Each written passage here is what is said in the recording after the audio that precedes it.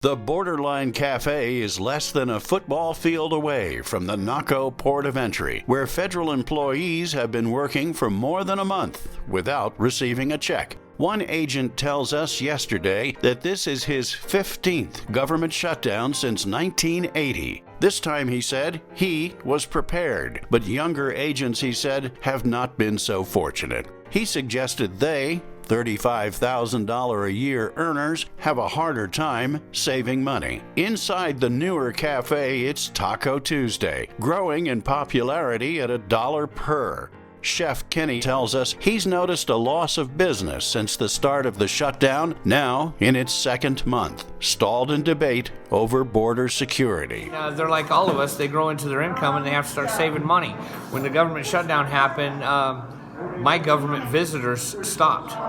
You know, they did. They can't afford to come in here and spend money on lunch when 3 weeks ago they could have.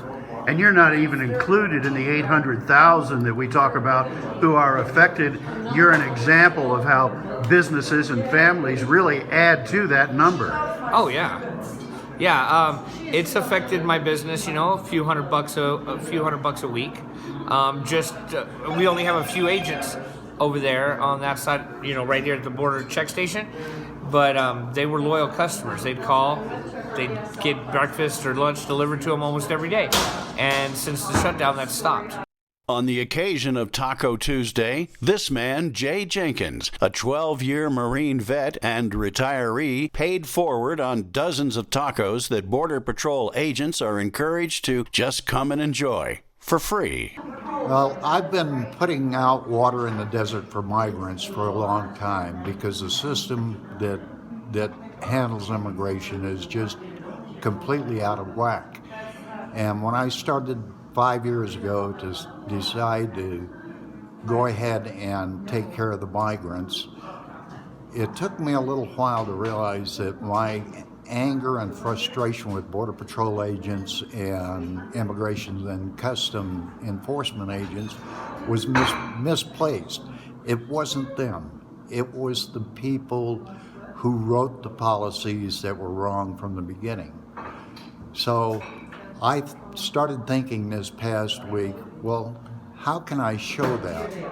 So I decided to come down here to Borderline Cafe, talked with Kenny, and decided that one way I could do this is because the agents are now working without pay, that this Friday is going to be their second paycheck that they're going to miss, that I can do one small thing, pay for free tacos and drinks for them. And that's where I'm at on it. How does it make you feel that all of this is coming down the way it is? If you're referring to how this standstill with the U.S. government is coming down, it just makes me angry that adults who are supposed to be the leaders in this country aren't doing their job. They need to go back to work, drop all this nonsense about the wall or anything else except the human suffering they're causing.